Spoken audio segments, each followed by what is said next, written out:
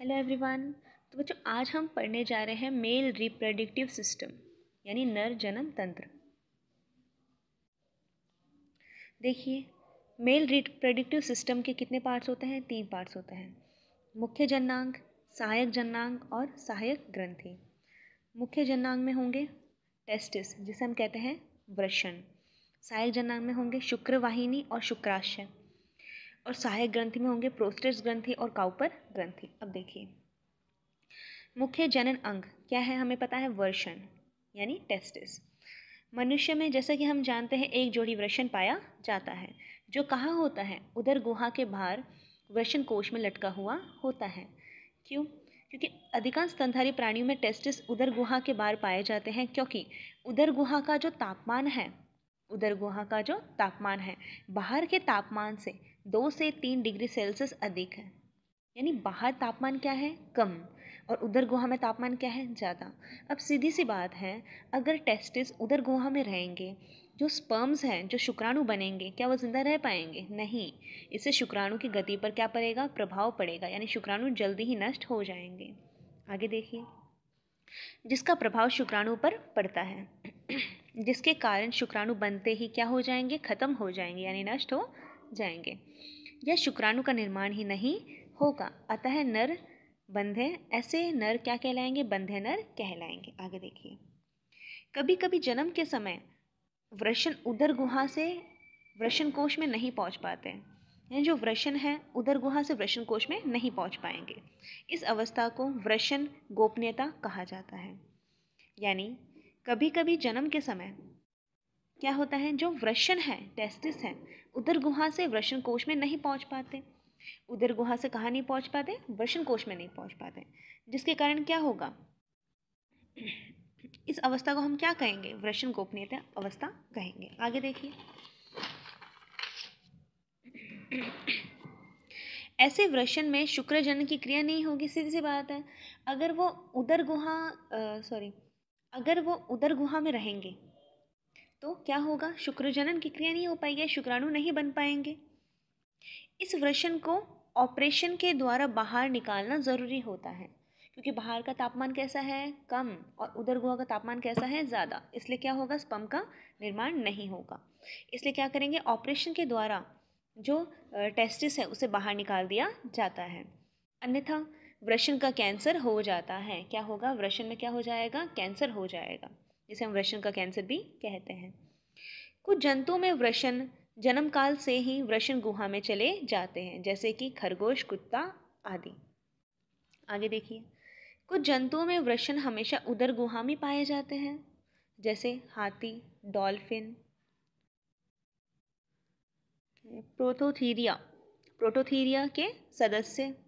वृषण को वृषण कोश से बाहर निकालने की क्रिया को क्या कहा जाता है? बंध्याकरण कहा जाता है। आगे देखिए, ये है वृषण की संरचना, वो भी इंटरनल स्ट्रक्चर ऑफ टेस्टिस। अब देखिए, ऊपर है काउपर, यह है अधिवृषण, यह है शुक्रवाहिनी, यहाँ पाया जाता है कोड़, यह है वृषण जाल, एक जाल समान संरचना, इसे कहते हैं वृषण जाल। शुक्र जनन जालिका, ट्यूनिका एलुजीनिया, और ये देखिए ट्यूनिका वेजाइनेरिस। आगे देखिए, अब हम पढ़ेंगे पेनिस के बारे में। किसके बारे में? पेनिस के बारे में, जिसे हम शिशन भी कहते हैं। जैसा कि हम जानते हैं, नर में यह मैथुन अंग होता है। क्या होता है? मैथुन अंग, जिसके द्वारा मैथुन की क्रिया की जाती है। यह पेशियों व संयोजी उत्तक का बना होता है। किसका बना होता है? संयोजी उत्तक और पेशियों का, मसल्स और कनेक्टिव टिश्यू का बना होता है, जिसके अग्रभाग को ग्लैंस पेनिस या शिशन मुड़ भी कहते हैं।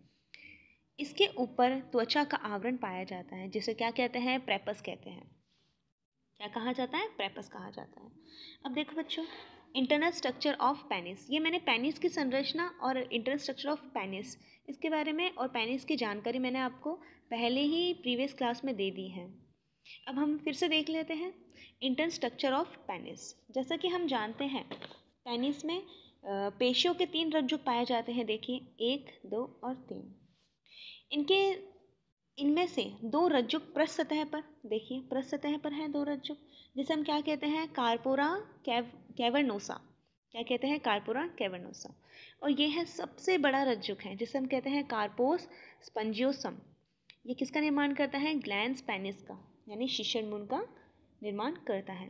इसमें मूत्र जनन छिद्र भी पाया जाता है। और ये इसमें क्या पाया जाता है, ब्लड ट्यूब्स यानी रक्त नलिका भी पाई जाती है। ये सबसे बड़ा भाग होता है, यानी सबसे बड़ा रज्जुक होता है।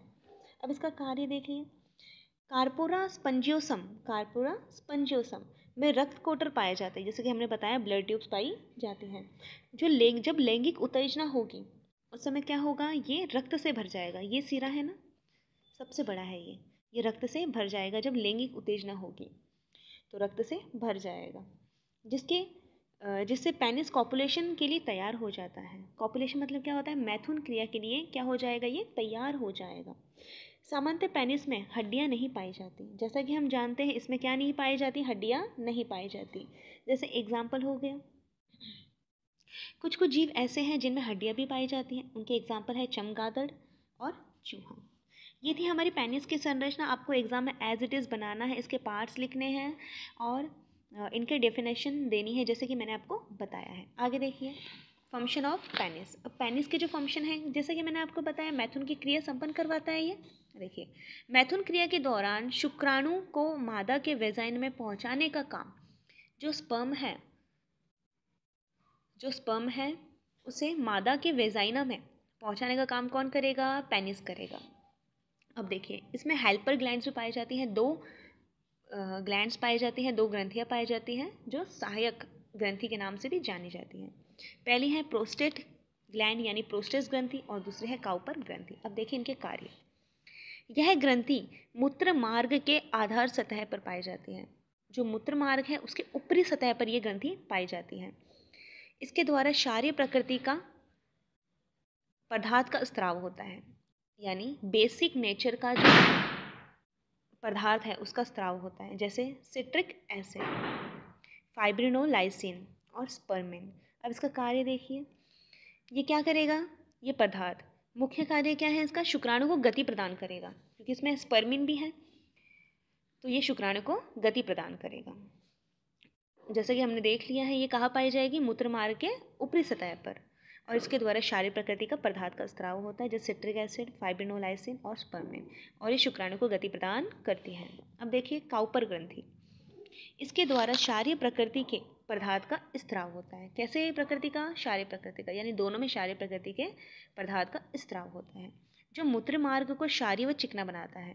ये क्या करता है, प्रोस्टेट ग्रंथि स्पर्म को गति प्रदान करेगी। ये क्या करेगी, मूत्र मार्ग को चिकना बनाए रखेगी, जिसके कारण स्पर्म खत्म नहीं होंगे, नष्ट नहीं होंगे, और ये स्पर्म को गति प्रदान करती है, जैसे कि हमने देख लिया है। देखिए प्रोस्टेट ग्रंथि का काम क्या है, पहला इसकी विशेषता, ये मूत्र मार्ग के ऊपरी सतह पर पाई जाएगी, क्षारीय प्रकृति का पदार्थ का स्त्राव करेगी, जैसे सिट्रिक एसिड हो गया, फाइब्रिनोलाइसिन हो गया, और ये इसका काम क्या है, शुक्राणु को गति प्रदान करना।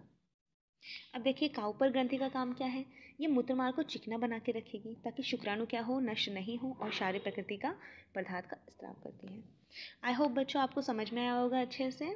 यह हमारा मेल रिप्रोडक्टिव सिस्टम कंप्लीट हो गया है। ये एग्ज़ाम्स में एज इट इज़ पूछा जाता है, आप प्रिपेयर कर लेना। अगर आपको मेरा पढ़ाने का तरीका और पढ़ाए हुए मैटर्स वगैरह समझ में आ रहे हैं तो please like share and subscribe ज़रूर कीजिएगा, ताकि मुझे हौसला मिले कि मैं और वीडियोज़ और क्लासेस ऐसे ही अपलोड कर सकूँ। Thank you.